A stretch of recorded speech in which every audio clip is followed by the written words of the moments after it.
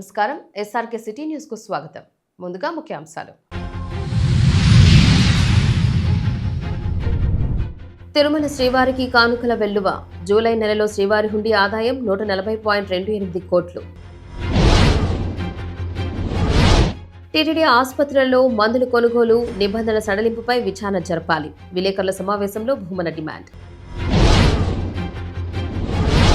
తిరుమల శ్రీవారిని దర్శించుకున్న పలువురు ప్రముఖులు దర్శన ఏర్పాట్లు చేసిన టీటీడీ అధికారులు.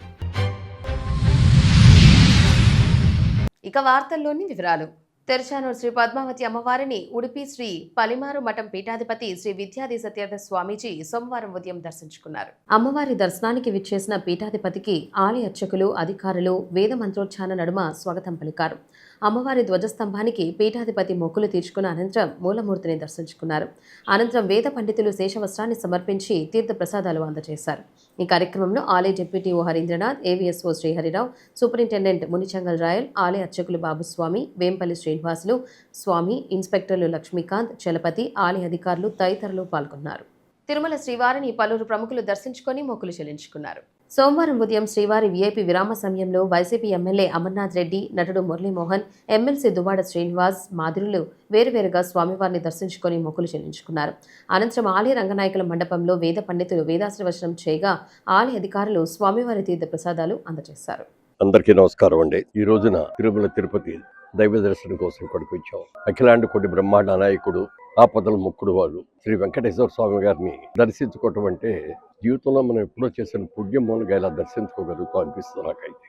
అనేక సందర్భాల్లో కలిసిన ఈరోజు జరిగిన దర్శనానికి ఓ ప్రత్యేకత ఉంది. ముఖ్యంగా భగవంతుడు దర్శించుకోవడమే కాకుండా కమిటీ చైర్మన్ గారు నాయుడు గారు, బిఆర్ నాయుడు గారు, అలాగే జేఈఓ గారు, వారిద్దరి సమక్షంలో ఈరోజు దర్శనం జరిగింది. వారిద్దరి ఆశీస్సులతో కార్యక్రమం కూడా చాలా చక్కగా జరిగింది. మా మిత్రులు, మా సోదరులు అందరూ వచ్చారు. వారందరం కలిసి ఒక మంచి దర్శనం చేసుకున్నాం. రోజు రోజుకి కూడా వెంకటేశ్వర స్వామి ఆలయంలో ఏ విధమైన డిస్టర్బెన్స్ లేకుండా ఇప్పుడున్న పాలక మండలి కూడా చాలా చక్కగా నిర్వహిస్తున్నారు. కల్తీ నెయ్యలు కానీ, కల్తీ పదార్థాలు కానీ ఏమీ లేకుండా స్వచ్ఛమైన ప్రతి ఆహార పదార్థం కూడా స్వచ్ఛమైనవి. ఇదివరకు లో బడ్జెట్లో ఎవరు లో ఇస్తే వాళ్ళకి ఇచ్చేవారు. ఇప్పుడున్న చైర్మన్ గారు ఒకటే చెప్పారు, లో ఉన్నది కాదు, భక్తులకి ఇచ్చే ప్రసాదం ఇది, అన్నీ హయ్యెస్ట్ క్వాలిటీ, బెస్ట్ క్వాలిటీయే తీసుకురండి అని చెప్పి ఆయన అనటం, ఇవాళ అన్నదానంలో కానీ ఇది కానీ ప్రతిదీ కూడా ఏ విధమైన కల్తీ లేకుండా అద్భుతంగా చేస్తున్నారు. వారికి మనస్ఫూర్తిగా మా అందరి తరఫున కూడా కృతజ్ఞతలు తెలియజేస్తాను. అలాగే మన ఉభయ రాష్ట్రాలు ఆంధ్రప్రదేశ్, తెలంగాణ రెండు కూడా అభివృద్ధి చెందాలని మనస్ఫూర్తిగా కోరుకుంటూ, అమరావతి నిర్మాణంలో చంద్రబాబు నాయుడు గారికి మీ ఆశీస్సులు పూర్తిగా కావాలని వెంకటేశ్వర స్వామిని మనస్ఫూర్తిగా నేను దండం పెట్టుకున్నాను. అలాగే స్వామివారి కృప వల్ల, స్వామివారి దయ వల్ల పద్మశ్రీ అవార్డు రావడం కూడా ఆ స్వామి ఆశీస్సులే. పద్మశ్రీ అవార్డు తీసుకున్న తర్వాత వచ్చి దర్శనం చేసుకోవాలి అని అనుకున్నాను. ఈ రోజున వచ్చి ఆ దర్శనం చేసుకునే భాగ్యం కలిగింది. స్వామివారికి నేను ఎప్పుడు కృతజ్ఞుడై ఉంటాను. Thank you. అమెరికాలో వాషింగ్టన్ డీసీ సమీపంలోని బాల్టిమోర్లో నిర్వహించిన 19వ అమెరికా తెలుగు సంఘం మహాసభల వేదికగా రాయలసీమ సమగ్ర అభివృద్ధి, తిరుపతి ప్రాధాన్యతపై కీలక చర్చ జరిగింది. ఆదివారం నిర్వహించిన మన రాయలసీమ అవగాహన సదస్సులో బాలాజీ రైల్వే డివిజన్ సాధన సమితి కన్వీనర్ కుప్పాల గిరిధర్ కుమార్ పాల్గొని ప్రాంతీయ అభివృద్ధి, రైల్వే అసమానతల తొలగింపు మరియు ఆలయాల పునరుద్ధరణపై పలు కీలక ప్రతిపాదనలు చేశారు. రాయలసీమ సంస్కృతి, చరిత్ర, ప్రాంతీయ వెనుకబాటుతనం, భవిష్యత్ కార్యాచరణ వంటి అంశాలపై ఆటా వేదిక అంతర్జాతీయ స్థాయిలో చర్చ జరగడం అభినందనీయమని గిరిధర్ కుమార్ పేర్కొన్నారు. ముందుగా తిరుపతిలోని చిన్న, అనుబంధ చారిత్రక ఆలయాలను సమగ్రంగా అభివృద్ధి చేయాలని, ఆ తర్వాత రాయలసీమ వ్యాప్తంగా నిర్లక్ష్యానికి గురైన పురాతన దేవాలయాలను గుర్తించి పునర్నిర్మించాలని కోరారు. రాష్ట్ర విభజన తరువాత రైల్వే పరిపాలనలో తీవ్ర అసమానతలు కొనసాగుతున్నాయని ఆయన వివరించారు. ఉమ్మడి రాయలసీమలోని 4 జిల్లాలతో పాటు ఒంగోలు, నెల్లూరు జిల్లాలకు కలిపి గుంతకల్ ఒకటే రైల్వే డివిజన్గా ఉందన్న విషయాన్ని గుర్తు చేశారు. ఈ వ్యత్యాసాన్ని వివరించి ప్రయాణికుల సౌకర్యాలు పెంచేందుకు తిరుపతి కేంద్రంగా ప్రత్యేక బాలాజీ రైల్వే డివిజన్ ఏర్పాటు చేయాలని కేంద్ర ప్రభుత్వాన్ని విజ్ఞప్తి చేశారు. రాయలసీమ అభివృద్ధి అనేది కేవలం ఒక ప్రాంతీయ ఆకాంక్ష మాత్రమే కాదని, ఇది సమతుల్య ఆంధ్రప్రదేశ్ నిర్మాణానికి అత్యంత ఆవశ్యకమని ఆయన స్పష్టం చేశారు. ప్రపంచవ్యాప్తంగా ఉన్న తెలుగు వారిని ఒకే వేదికపైకి తెచ్చిన ఆటా నిర్వాహకులకు ధన్యవాదాలు తెలిపారు. ఈ కార్యక్రమంలో ప్రముఖ వక్తలు ప్రసాద్ చెరసాల, రాజశేఖర్ కల్కి, లక్ష్మీరెడ్డి, జయదేవ్ మొట్టుపల్లి, రామనరెడ్డి, జయదేవ్ రెంటాల తదితరులు పాల్గొన్నారు. రాయలసీమ ప్రాంతానికి అంటే ఉమ్మడి 4 జిల్లాలు, నెల్లూరు, ఒంగోలు ఈ 6 జిల్లాలకు కలిపి ఒకే డివిజన్ ఉంది. అది గుంతకల్ డివిజన్, ఎప్పుడు బ్రిటిష్ కాలం నుంచి ఉంది. సో రైల్వేల పరంగా ఉమ్మడి ఆంధ్రప్రదేశ్లో ఫస్ట్ వేసిన ట్రాక్ ఏంటంటే వాయిల్పాడ్ నుంచి చిత్తూరు సైడ్ అన్నమాట, కాస్ట్లీ హిల్స్ పోయేదానికి. తర్వాత చెన్నై నుంచి పుత్తూరు రూట్ లో వచ్చింది. సో రైల్వేల పరంగా అంత హిస్టరీ ఉన్నా కూడా అదే 6 జిల్లాలు, ఉమ్మడి 14 జిల్లాల్లో మనం 7 జిల్లాలు తీసుకుంటే విజయవాడ, గుంటూరు పక్కపక్కనే 2 డివిజన్స్ ఉన్నాయి, రైల్వే డివిజన్స్. ఇవి 2 ఉన్నాయి. తర్వాత విశాఖలో ఒక జోన్ ఉంది, ఒక డివిజన్ ఉంది. ఇక్కడ మాత్రం 6 జిల్లాలకు ఒక డివిజన్. సో తిరుపతి ప్రాంతానికి బాలాజీ రైల్వే డివిజన్ రావాలని చెప్పి గత 40 ఏళ్లుగా కూడా పోరాడుతూ ఉన్నా, రాలేదు. 2002లో వచ్చేదాన్ని గుంటూరు వాళ్ళు తీసుకెళ్లిపోయినారు, ఒక ఎంపీ గారు. సరే, ఆయన సమర్థత, అదే దాని గురించి మనం ఇంతకుముందు మాట్లాడుకున్నట్టు అక్కడ ఓట్లు, మెంబర్స్ ఇవన్నీ దాన్ని ఎత్తుకున్నాం. అలాంటి ఈసారి కరెంట్ లో జరిగే అన్యాయం గురించి చెప్తున్నాం. సో దానికి ఒక మూవ్మెంట్ అనేది ఒక స్టార్ట్ అయింది. సో అక్కడేమో 4 ఉన్నాయి, ఇక్కడేమో ఒకటే ఉంది. 6 జిల్లాలకు ఒకటే ఉంది. సో ఇంబ్యాలెన్స్ అయ్యి ఇట్లా మనకి దీనికి రైల్వే డివిజన్ వచ్చేస్తేనే మొత్తం ప్రాంతం డెవలప్ అయిపోతుందని కాదు. శ్రీకాళహస్తి ప్రాజెక్టుల గురించి కూడా చెప్పాలి. శ్రీకాళహస్తి నడుగుడి గత 40 ఏళ్ళకి వర్క్ జరుగుతానే ఉంది. కడప టు బెంగళూరు సర్వే అయింది, మళ్ళీ జరగలేదు. సో ఇట్లాంటివన్నీ ఇప్పుడు సపోజ్ ఓగులోపల్లి, కృష్ణపట్నం, ఓగులోపల్లి అనేది వెరీ నియర్ టు తిరుపతి. దీన్ని తీసుకెళ్లి విజయవాడ డివిజన్ లో కలిపినారు. శ్రీకాళహస్తి నడుగుడి గుంటూరు డివిజన్ లో కలిపినారు. ఇక్కడంతా నాయపేట ఇవన్నీ చెన్నై డివిజన్ లో ఉన్నాయి. శ్రీ సిటీ సెల్స్ అంటారు, కానీ సెల్స్ లో 20,000 మంది ఎంప్లాయీస్ ఉంటే 75,000 మంది చెన్నై నుంచి వస్తారు. సో ఈ విధంగా రాయలసీమ, మరి దక్షిణ రాయలసీమ ప్రాంతం పేరుకే 3వ ప్రధాన నగరం. విశాఖ, అమరావతి తర్వాత ఏదో వెదర్ కండిషన్స్ ఇవి చేసేదాన్ని. కానీ మీకు అందరికీ తెలియని విషయం ఏమంటే 4.5 lakhs తిరుపతి పాపులేషన్, కానీ డైలీ 2.5-3 lakhs ఫ్లోటింగ్ పాపులేషన్ వస్తుంది. కూటమి ప్రభుత్వం 2 ఏళ్ల పాలనలో ఒకవైపు అభివృద్ధిపై ప్రత్యేక దృష్టి సారిస్తూనే మరోవైపు ప్రతి కుటుంబానికి ఏదో ఒక సంక్షేమ పథకాన్ని అందిస్తోందని తిరుపతి నియోజకవర్గ Telugu Desam party incharge JB Srinivas పేర్కొన్నారు. ప్రభుత్వ సంక్షేమ విజయాలను ప్రజల్లోకి తీసుకువెళ్లే లక్ష్యంతో సోమవారం 10వ క్లస్టర్ 35వ డివిజన్ పరిధిలోని భవానీనగర్లో డోర్ టు డోర్ కార్యక్రమాన్ని నిర్వహించారు. ఈ సందర్భంగా జేబీ శ్రీనివాస్ మాట్లాడుతూ ప్రతి ఇంటికి వెళ్లి లబ్ధిదారులతో మాట్లాడుతున్నప్పుడు వారెంతో సంతోషంతో ముఖ్యమంత్రికి కృతజ్ఞతలు తెలియజేస్తున్నారని తెలిపారు. కూటమి ప్రభుత్వ పథకాల ఫలాలను క్షేత్రస్థాయిలోని ప్రతి ఒక్కరికి అందేలా చూడటమే తన ప్రాథమిక బాధ్యత అని ఉద్ఘాటించారు. ఇదే కార్యక్రమంలో భాగంగా 35వ డివిజన్లోని ఆదరణ వృద్ధాశ్రమానికి ఏర్పాటు చేసిన 20,000 రూపాయల విలువైన వాటర్ ట్యాంక్ మోటార్ను జేబీ శ్రీనివాస్ చేతుల మీదుగా ఆశ్రమ నిర్వాహకులకు అందజేశారు. వృద్ధాశ్రమానికి భవిష్యత్తులో ఏ అవసరం వచ్చినా తమను సంప్రదిస్తే తగిన ఏర్పాట్లు చేస్తామని ఈ సందర్భంగా హామీ ఇచ్చారు. ఈ కార్యక్రమంలో తాతయ్యగుంట ఆలీ చైర్మన్ మహేష్ యాదవ్, పలువురు పార్టీ నాయకులు, కార్యకర్తలు పాల్గొన్నారు. ఈరోజు 10వ క్లస్టర్ 35వ వార్డులో ఆర్సీ అన్న క్లస్టర్లో ఈరోజు డోర్ టు డోర్ ప్రోగ్రామ్ జరిపించడం జరుగుతుంది. యాజ్ యూజువల్ ప్రతి ఇంట్లో మాకు బ్రహ్మరథం పడుతున్నారు.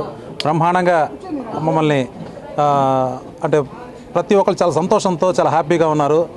ఇక్కడ ఒక అమ్మ ఒక అనాథాశ్రమం నడుపుతోంది. ఆమెకి ఒక వృద్ధాశ్రమం నడుపుతోంది. ఆమె ఈరోజు వాళ్ళకి ఒక ట్యాంకరు, ఒక మోటారు లేదంటే ఆర్సీ మునికృష్ణ అన్న ఈరోజు దాన్ని స్పాన్సర్ చేస్తూ వాళ్ళకి ఇవ్వడం జరుగుతుంది. అట్లే ఇంకేదన్నా అవసరం అయితే కూడా నేను మీకు ఏ నీడ్స్ ఉన్నా కూడా, ఏ అవసరం ఉన్నా కూడా నేను చేస్తానని చెప్పి మాటిస్తాను. సామాన్య మధ్యతరగతి ప్రజలపై నిత్యావసర వస్తువుల భారాన్ని తగ్గించడమే లక్ష్యంగా ప్రభుత్వం ప్రతిష్టాత్మకంగా చేపట్టిన తక్కువ ధరకే బియ్యం అమ్మకాల కార్యక్రమాన్ని తిరుపతి రైతు బజార్లో తుడా చైర్మన్ డాలర్స్ దివాకర్ రెడ్డి, జిల్లా కలెక్టర్ వెంకటేశ్వర్లు ముఖ్య అతిథిగా హాజరై ప్రారంభించారు. ఈ సందర్భంగా తుడా చైర్మన్ బియ్యం విక్రయ కౌంటర్లను పరిశీలించి బియ్యం నాణ్యత ప్రమాణాలను స్వయంగా తనిఖీ చేశారు. అనంతరం ఆయన మాట్లాడుతూ మాటల్లో చెప్పడం కాకుండా చేతల్లో సంక్షేమాన్ని చూపించడమే కూటమి ప్రభుత్వ నైజమని పేర్కొన్నారు. గత ప్రభుత్వాల హయాంలో నిత్యావసరాల ధరలు ఆకాశాన్నంటి సామాన్యులు తీవ్ర ఇబ్బందులు పడ్డారని, కూటమి ప్రభుత్వం అధికారంలోకి వచ్చిన వెంటనే ఇచ్చిన హామీ ప్రకారం ప్రజలకు ఉపశమనం కలిగిస్తోందని అన్నారు. ఆగస్టు 1వ తేదీ నుండి రాష్ట్ర వ్యాప్తంగా బహిరంగ మార్కెట్ ధరల కంటే చాలా తక్కువ ధరకు నాణ్యమైన బీపీటీ రకం బియ్యాన్ని అందుబాటులోకి అందుబాటులోకి తీసుకువచ్చినట్లు తెలిపారు. వ్యాపారులు కృత్రిమ కొరత సృష్టించకుండా ధరల హెచ్చుతగ్గుల నుంచి పేదలను కాపాడేందుకే ఈ ప్రత్యేక విక్రయ పాయింట్లను ఏర్పాటు చేశామని స్పష్టం చేశారు. తిరుపతి పరిసర ప్రాంత ప్రజలు ఈ సువర్ణ అవకాశాన్ని వినియోగించుకోవాలని పిలుపునిచ్చారు. కౌంటర్లలో ఎలాంటి క్రమశిక్షణ రాహిత్యం లేకుండా పారదర్శకంగా పంపిణీ జరిగేలా అధికారులకు స్పష్టమైన ఆదేశాలు ఇచ్చామని తెలిపారు. ఈరోజు సివిల్ సప్లైస్ డిపార్ట్మెంట్ రాష్ట్ర వ్యాప్తంగా కూడా మనకి ఒక ధరల స్థిరీకరణ కోసం బియ్యాన్ని, ఫైన్ వెరైటీ బియ్యాన్ని మనకి 2 రకాలుగా తక్కువ ధరలకు ఇస్తుంది. మార్కెట్లో మనం చూసుకున్నట్టయితే స్టీమ్డ్ బియ్యం బీపీటీ వెరైటీ 65 నుంచి 70 రూపాయలు వివిధ చోట్ల ఉంటే దాన్ని 52 రూపాయలకే ఈరోజు మనం ఇస్తున్నాం. అదేవిధంగా రా రైస్ బీపీటీలో ఇంకో రకం రా రైస్, అది కూడా 58 నుంచి 62 రూపాయలు బయట ఉంటే దాన్ని కూడా మనము 50 రూపాయలకి ఇస్తున్నాం. ఈ 2 రకాలు కూడా రాష్ట్ర వ్యాప్తంగా 115 రైతు బజార్లు, ఒక 500 రైస్ మిల్లర్స్ సేల్స్ పాయింట్స్, అవుట్లెట్స్లో ఇస్తుంటే మన జిల్లాలో 28 చోట్ల మనం ఇది చేస్తున్నాము. దాంట్లో భాగంగానే ఈరోజు తిరుపతి రైతు బజార్లో గౌరవ తిరుపతి శాసనసభ్యులు శ్రీ ఆర్ఎన్ శ్రీనివాసులు గారు, chairman greening and beautification corporation Sugunamma గారు, చైర్మన్ టుడా డాలర్ దివాకర్ రెడ్డి గారు, చైర్మన్ సదాశివం గారు, అదేవిధంగా మిగతా ప్రజాప్రతినిధులు అందరి సమక్షంలో, జిల్లా జాయింట్ కలెక్టర్ అందరి సమక్షంలో ఈరోజు చేయడం జరిగింది. ముఖ్యంగా అందరూ అర్థం చేసుకోవాల్సింది ఏంటంటే ఈ సంవత్సరం మనకి ఎల్ నీనో సంవత్సరం, అంటే విపరీతమైనటువంటి వేడి, అదేవిధంగా తక్కువ వర్షాభావం, అంటే వర్షాభావం పరిస్థితులు మన జిల్లాలో ఇప్పటికే చూసుకుంటే గడిచిన 2 నెలల్లో జూన్ జూలై మాసాలకు గాను సుమారుగా 22% వర్షాభావం పరిస్థితులు ఏర్పడ్డాయి. రాష్ట్ర వ్యాప్తంగా కూడా 28 జిల్లాలకు గాను సుమారుగా 22 జిల్లాల పైచిలకు వర్షాభావ పరిస్థితులు. సో దీన్ని ముందుగానే కంట్రోల్ మెజర్స్లో భాగంగా రేపు మళ్ళీ ఇంకా తక్కువ వర్షం పడితే మనకి ప్యాడీ ప్రొడక్షన్ కూడా తగ్గే ఆస్కారం ఉంది. ప్రైసెస్ విపరీతంగా పెరుగుతాయి. కాబట్టి ఇప్పటి నుంచే ముందస్తు చర్యల్లో భాగంగా ప్రజలకి, అందరు రైస్ కార్డ్ హోల్డర్స్కి కూడా సుమారుగా మార్కెట్ కంటే 10 నుంచి 14 రూపాయలు తక్కువ ధరకి మనకి రైస్ అందజేయడం జరుగుతుంది. ఇది ప్రజలందరూ కూడా దీన్ని వినియోగించుకోవాల్సిందిగా కోరుతున్నాను. Thank you. ఒక రైస్ కార్డ్ హోల్డర్కి ఒక కార్డుకి 26 కేజీలు ఒక బ్యాగ్, కంప్లీట్ బ్యాగే ఇస్తాము. విడివిడిగా ఇవ్వడం ఒక నెలకి 26. ఓకే, ప్రస్తుతానికైతే టైం బార్ అంటే ఏం లేదు. సో పరిస్థితులు బట్టి మనకి ఎల్నినో పరిస్థితులు అక్టోబర్, నవంబర్ వరకు ఉంటాయి. దాని తర్వాత వచ్చే పరిస్థితులు అంటే ప్రైస్ వేరియేషన్స్ కూడా 2-3 నెలలు ఉండొచ్చు. బట్ ఇప్పటికైతే అవుటర్ లిమిట్ అంటే ఏం పెట్టలేదు, ఇన్ని నెలలే ఇవ్వాలన్నట్టు ఏం పెట్టలేదు. రానున్న రోజుల్లో ఇలాంటి వర్షాభావ పరిస్థితులు ఏర్పడడం వల్ల ధరల స్థిరీకరణ కొంచెం ఇబ్బంది అవుతున్న ఉద్దేశంతో ఇవి స్టార్ట్ చేయడం జరిగింది.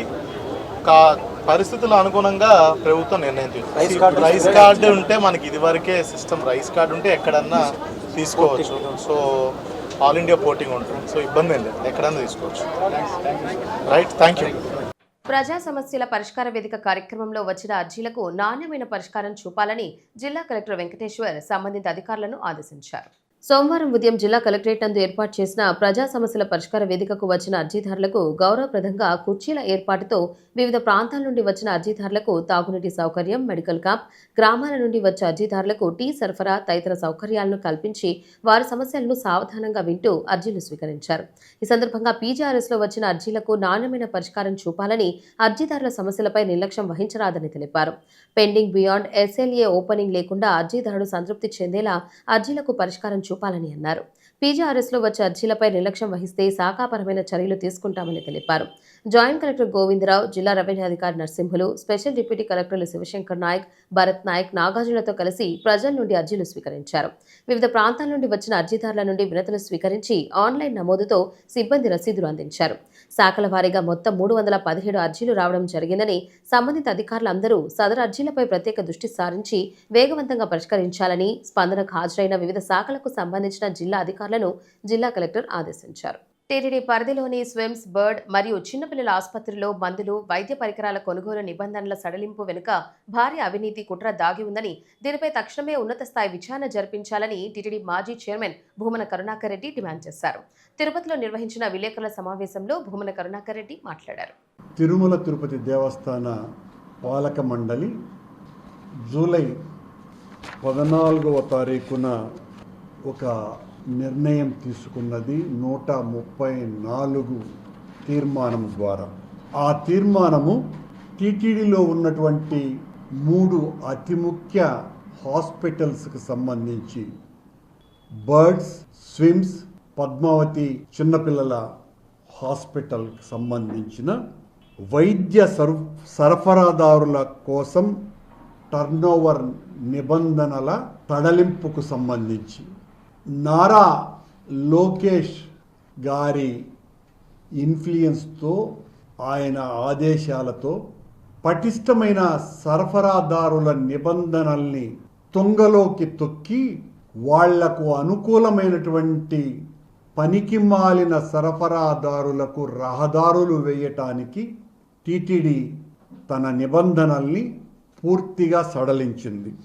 వార్షిక టర్నోవర్ కనీసం శస్త్రచికిత్స మరియు ఇంజెక్షన్లు, జీవనాధారాల ఔషధాలు, వీట్లకు సంబంధించిన ప్రమాణాలకు సంబంధించి, ముఖ్యంగా ఔషధాలు, ఇంజెక్షన్లు, వీట్లకు సంబంధించిన కనిష్ట వార్షిక టర్నోవర్ గతంలో 100 కోట్లు ఉంటే, సరఫరాదారుల టర్నోవర్ 100 కోట్లుంటే తప్ప బిడ్డింగ్లో పాల్గొనేటువంటి అవకాశం లేదు.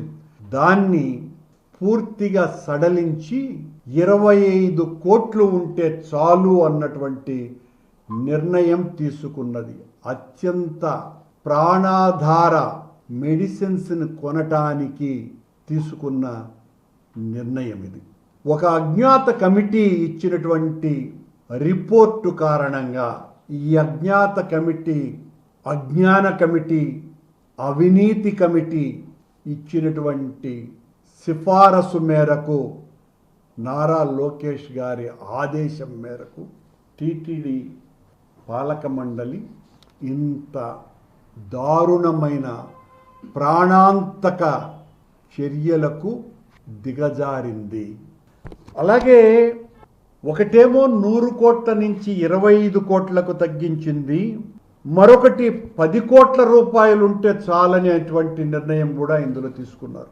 మరో నిర్ణయాన్ని 15 కోట్లుంటే చాలనేటువంటి నిర్ణయాన్ని కూడా తీసుకున్నారు. ఈ మెడిసిన్స్ అన్నీ కూడా అత్యవసరమైనటువంటివి, రోగుల ప్రాణాలు పోసేటువంటివి.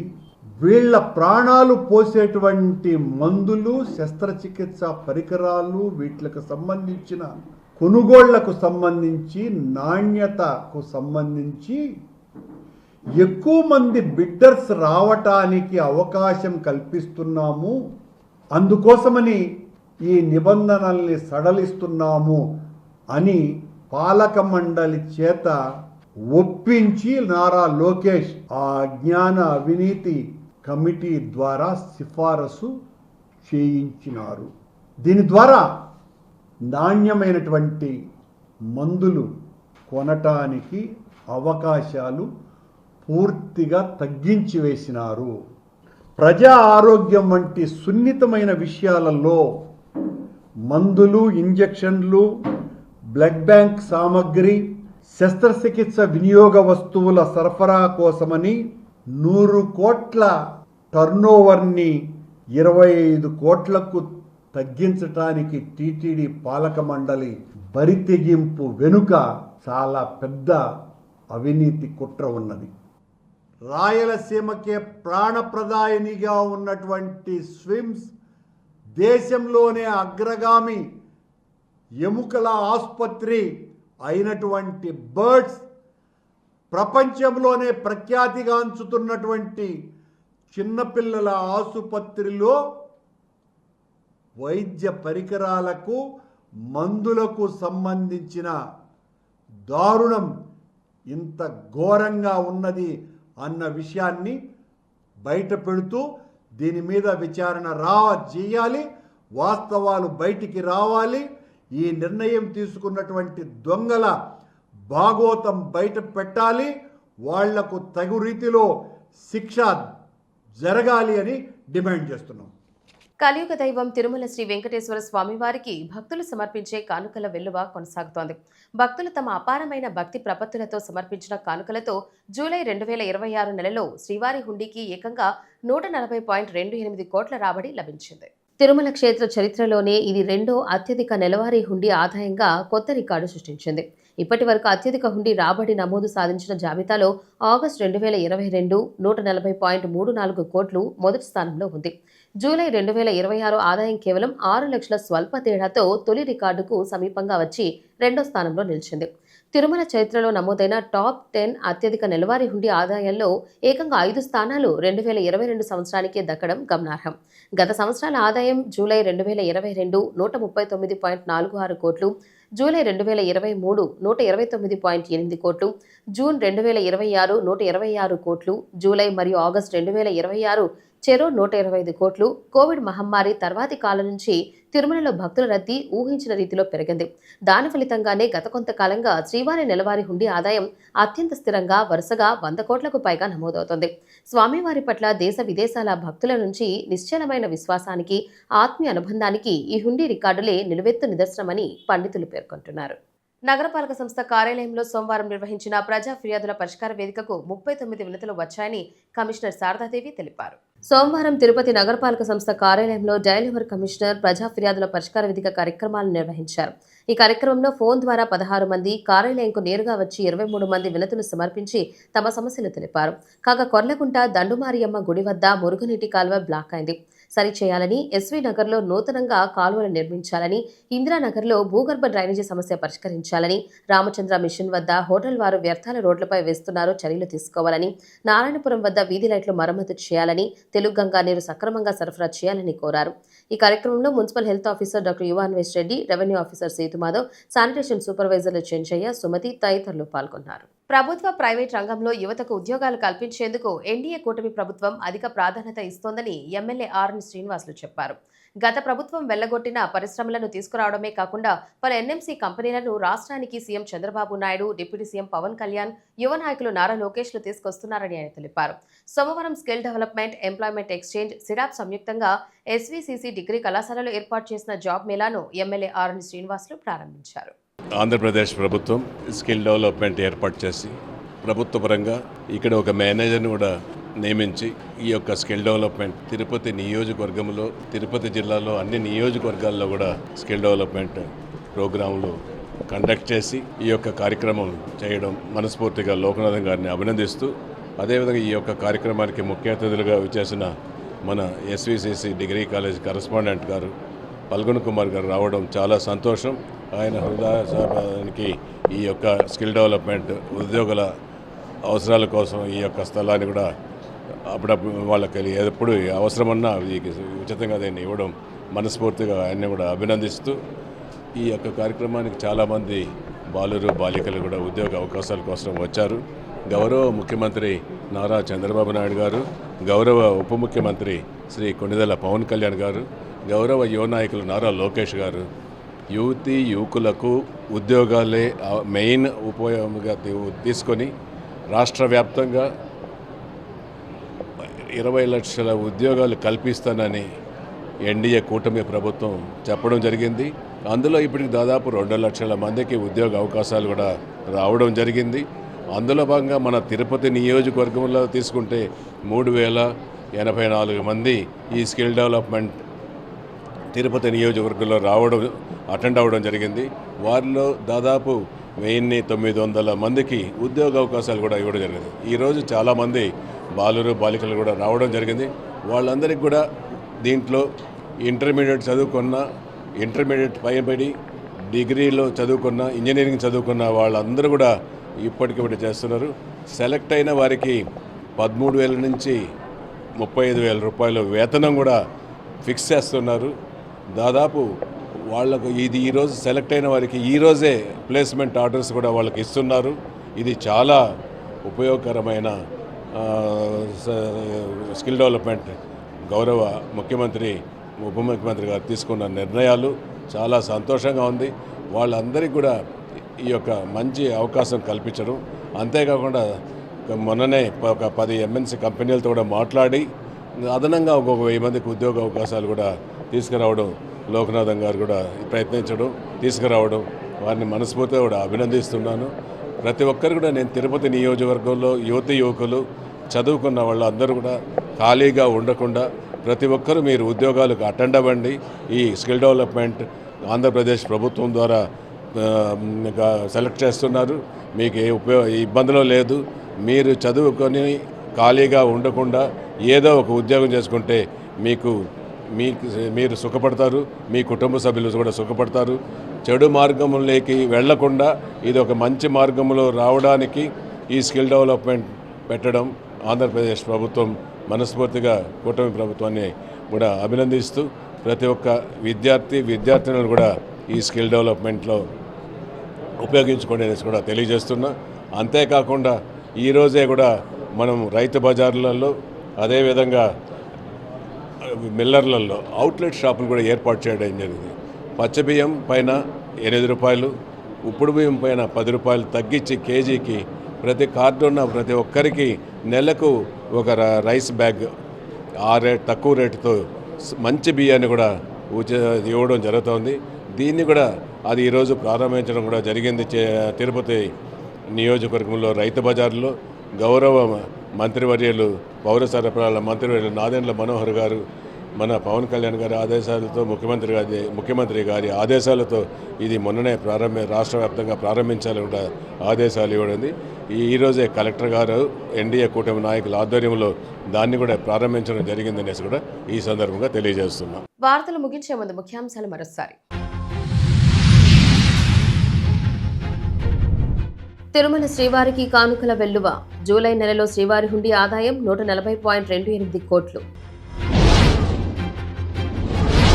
టీటీడీ ఆసుపత్రులలో మందుల కొనుగోలు నిబంధనల సడలింపుపై విచారణ జరపాలి. విలేకరుల సమావేశంలో భూమన డిమాండ్. తిరుమల శ్రీవారిని దర్శించుకున్న పలువురు ప్రముఖులు దర్శన ఏర్పాట్లు చేసిన టీటీడీ అధికారులు. ఈ వార్తలు ఇంతటితో సమాప్తం. నమస్కారం.